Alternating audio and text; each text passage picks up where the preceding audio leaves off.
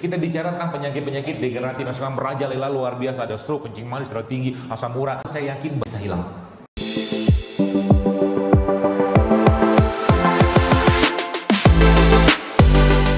Kalau kita baca dalam surat Al-Basa, ya, di situ ada hal yang menarik di situ. Yang Allah ceritakan tentang biji-bijian, tentang zaitun, tentang daging, macam-macam itu.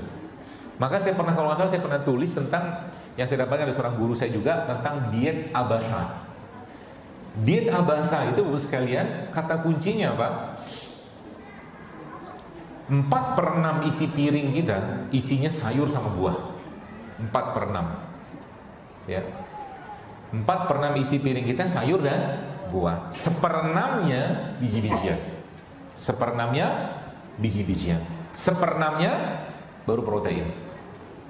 Daging, ya, mau ikan, mau apa yang non hewan juga bisa. Itu diet Abasanya kayak begitu. Jadi kalau kita mulai mempraktikkan itu sebenarnya banyak sekali penyakit bisa hilang. Kenapa? Bapak Ibu, yang jadi masalah zaman sekarang adalah banyak orang makan, yang dimakan tidak dia pahami. Udah gitu yang dimakan mineralnya nggak ada, vitamin nggak ada, enzim nggak ada, gizinya nggak ada. Contohnya apa? Kerupuk. Ya kan? Kerupuk itu isinya apa? Tepung kan? Tepungnya diapain? Digoreng. Pakai minyak? Pakai minyak. Minyaknya minyak sawit. Udah tepungnya bermasalah, digoreng lagi, dikasih penyedap, maka lahirlah generasi-generasi kerupuk. Bukan micin, bukan. Kerupuk. Generasi kerupuk itu apa? Generasi yang mentalnya kerupuk. Baca Quran selembar sudah ngantuk, disuruh bangun malam nggak mau, boro-boro jihad. Itu kerupuk. Faktanya begitu sekarang. Belum lagi kita bicara cerita tentang generasi yang sekarang isinya fast food semua isi badannya. Ujung-ujungnya apa? Boro-boro diajakin jihad, ngaji susahnya minta ampun. Boro-boro jihad, bangun malam susahnya minta ampun. Dia lebih pentingkan hawa nafsunya untuk tidur daripada bangun untuk bertemu dengan Tuhannya. Begitulah generasi sekarang. Yang kata Nabi apa? Kayak buih di lautan. Ya, kayak buih lautan. Dan itu mungkin ya kita harus banyak-banyak minta ampun, dan bisa jadi peran kita ada di sana. Saya ngelihat foto-foto di Rohingya itu, di Uighur di Cina itu, Pak Bu, gak masuk akal. Gak masuk akal untuk sebelah kita nggak usah bicara Islam gitu loh. Tapi we do nothing gitu. Kita bahkan lupa mendoakan mereka. Ngelihat bagaimana seorang wanita mungkin di Palestina luar biasa sering lagi jalan, ibu-ibu nggak ngapa-ngapain ditembak, dan dunia tidak melakukan apa-apa gitu loh. Kenapa? Karena bisa jadi kita jauh dari konsep-konsep ini. Jadi kalau kita bicara Islam itu kompleksnya luar biasa, sangat kompleks. Ya, ada 800 lebih ayat-ayat kauniyah dalam Islam, dalam Al-Quran yang tidak dibahas. Ya, ayat-ayat yang sebenarnya kalau kita pelajari di situ luar biasa efeknya. Kenapa ada malam? Kenapa ada siang? Kenapa ada buah yang warnanya ini? Kenapa ada, katakanlah kita Indonesia ada kunyit, ada jahe, ada apa? Kenapa dan kenapa? Kita mikir terus. Kenapa? Allah pengen tunjukkan kekuasaannya di situ. Dan kekuasaannya Allah tadi hanya bisa dirasakan bagi orang-orang yang menjaga kolbunya, yang menjaga hatinya. Orang-orang ketika Al-Quran dibacakan, berlinanganlah air mata dia. Orang-orang ketika Al-Quran dibacakan, kharru sujada wa bukiya. Obatnya hati itu apa? Al-Quran. Obatnya hati itu ada Al-Quran. Sama juga dengan ketika seseorang berobat ke dokter atau mungkin ke herbalis atau terapis, belum sembuh, dinaikkan sama dokternya atau terapisnya dosis obatnya. Sama ketika 1 jus belum selesai, belum juga dapat getaran, naikin 2 jus, 3 jus, 4 jus, sampai akhirnya apa? Tersungkur dia di atas sejadah dengan air mata berlinangan, dan saat itulah Allah mencurahkan kasih sayang dan rahmatnya. Dan situlah semua penyakit bisa hilang dengan izin Allah, wallahi. Tapi kita tidak merasakan itu. Ayat Al-Quran dibacakan, tidak juga bergetar. Janji Allah apa? Allah janji dalam Al-Quran. Dalam surah Al-Isra katakan, wa nunazzilu minal Qur'an ma huwa syifa wa rahmatul lil mu'minin wa la yazidu dzalimin illa khasara. Kata Allah, kami turunkan Al-Quran sebagai syifa, obat. Tapi kita lupa. Ketika datang pertama kali sakit, yang kita cari dokter, rumah sakit, ya, kita lupa ada Tuhan yang menciptakan sakit tadi. Kita lupa, faiza maritu fahuwa yashfin, kata Allah. Maka kalau boleh saya katakan, menangislah kita zaman sekarang karena kita jauh dari Allah.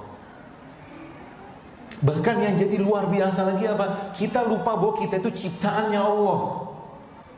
Kita bahkan lebih senang mengatakan atau lebih ingat kita tuh bikinannya pabrik-pabrik farmasi di sana dengan obat-obatan mereka. Sedangkan Allah menciptakan manusia kayak kita ini, bahwasanya tidak mungkin Allah tinggalkan begitu rupa. Allah menciptakan kita untuk jadi Abdullah, untuk jadi manusia yang hidupnya untuk ibadah. Demikian juga mobil yang dibuat oleh perusahaan-perusahaan, dia bikin ada spare part suku cadangnya. Manusia diciptakan untuk Allah untuk beribadah, tidak mungkin nggak ada suku cadangnya. Untuk ibadah itu butuh sehat. Untuk sehat dari mana? Dari mana caranya? Dari apa yang Allah hamparkan di atas bumi. Maka Allah sampaikan di situ ada buah beraneka warna, ada daging, ada susu segala macam. Tapi manusia jahil. Kenapa jahil? Karena manusianya lebih mementingkan hawa nafsunya. Makan bukan lagi untuk menegakkan tulang subuh beribadah, tapi makan untuk kenyang. Sehingga habis kenyang apa? Ngantuk. Baca Quran satu ayat selesai. Itulah kita zaman sekarang. Pintu masuk setan tuh banyak, Pak. Salah satunya ya ini makanan. Ya, kalau saya membayangkan, seandainya umat Islam ya saat ini saja menerapkan sunnah-sunnah Nabi SAW, contoh saja, sederhana saja. Kita bicara tentang penyakit-penyakit degeneratif, misalkan merajalela luar biasa, ada stroke, kencing manis, darah tinggi, asam urat. Kalau saat ini menerapkan 8 plus 3 plus B, 8 itu puasa Senin Kamis, 3 itu puasa Ayyamul Bid, B-nya berbekam, saya yakin banyak penyakit bisa hilang. Islam very low budget dalam urusan kesehatan. Karena kita makan bukan untuk kenyang, tapi makannya kita untuk menegakkan tulang-tulang kita untuk beribadah kepada Allah. Ini yang sering orang lupa. Ya, jadi mari kita bermuhasabah diri kita, Bu sekalian. Ya, kita merenung selama itu status kesehatan kita tuh kayak apa sih? Ya, jangan-jangan akhir kehidupan kita di masa tua hanya cuman sekedar panen penyakit dari masa muda yang kita tidak bisa kontrol, itu gara-gara nafsu lagi. Banyak orang yang sekarang ya, tuanya sudah diabetes lah, darah tinggi lah, dia senangnya bukan senang, semua dianggap enteng. Akhirnya apa? Akhirnya obat lagi. Sampai detik ini, coba Anda baca, silakan baca. Sampai detik ini, diabetes itu tidak bisa disembuhkan, versinya barat. Pertanyaannya, masa Allah yang Maha Kuasa tidak menciptakan obat untuk diabetes? Gitu loh. Masa Allah yang Maha Kuasa, Tuhan kita yang menciptakan, tidak menciptakan obat untuk darah tinggi? Yang sampai detik ini barat mengatakan tidak ada obatnya, harus makan obat seumur hidup. La haula wala quwwata illa billah. Kita sering menyempitkan itu semua. Bahkan yang luar biasa lagi, minum zam-zam cuma minta rezeki, jodoh, sehat. Imam Syafi'i minum zam-zam minta apa? Minta husnul khotimah, minta difahamkan Al-Quran, minta jadi ulama. Imam Abu Hanifah minum zam-zam mintanya apa? Dia minta kepada Allah, ya Allah, jadikan zam-zam yang ku minum ini bisa menghilangkan dahagaku di padang mahsyar. Kita punya sesuatu yang besar, Tuhan yang maha besar, tapi kita sering mengkerdilkan itu semua. Gitu loh. Jadi kadang-kadang kalau saya berpikir gitu kan, sebenarnya kata kuncinya apa? Fafirru ilallah. Kembalilah sama Allah. Jawaban kehidupan kita ini ada dalam Al-Quran, ada dalam sunnah-sunnah Nabi SAW. Kalau kita kembalikan pada itu, maka insya Allah kalau mungkin kita bicara kesehatan, sering saya sampaikan, kesehatan bagi seorang mukmin itu kalau dia mengikuti apa yang Allah dan Rasul perintahkan, hanyalah buah dari ketaatannya dia. Taat pasti sehat. Orang taat gak mungkin mau makan berlebihan. Dia lebih senang imannya, dia lebih senang hatinya, dia lebih senang merasakan kenikmatan beribadah. Orang yang taat gak mungkin mau makan semua dimakan, yang namanya rakus kata Nabi. Orang yang beriman jaga imannya pasti lebih senang membaca Al-Quran daripada makan yang gak sehat. Harusnya sih begitu. Untuk sampai ke fase itu butuh waktu. Sekarang kita ini mungkin ya Kalau mungkin saya boleh gambarkan, ya secara umum lah, saya juga mengalami fase itu. Satu makanan yang katakanlah apa ya, satu makanan yang entah sehat atau tidak, satu piring gitu kan, lebih senang kita konsumsi dari mungkin ada selembar uang 50.000 yang kita keluar rumah kita cari orang susah untuk kita bagikan. Kita lebih senang yang makanan dulu. Inilah bukti bahwa kita lebih mengutamakan apa? Fisiknya kita daripada hatinya kita. Sehingga nanti kalau Anda sampai pada titik di mana apa? Titik di mana Bapak sekalian, satu piring yang isinya sabar, syukur, tawadu, pemaaf, kasih sayang jauh lebih kita butuhkan dari makanan sehat apapun satu piring yang lain. Karena makanannya kolbu kita itu. Makanannya kolbu kita itu adalah sifat-sifat baik dan kebaikan-kebaikan yang tadi saya sampaikan. Jadi kalau kita sudah seperti itu Pak Bu, Masya Allah hidup kita akan indah banget. Pagi-pagi itu yang kita ucapkan ketika lihat matahari terbit, wasyamsi waduhaha, wal qamari iza talaha. Ya. Lihat bintang di langit yang kita lihat, wan najmi iza hawa, ada Allah di sana. Lihat gunung, lihat air, semua ada Allah.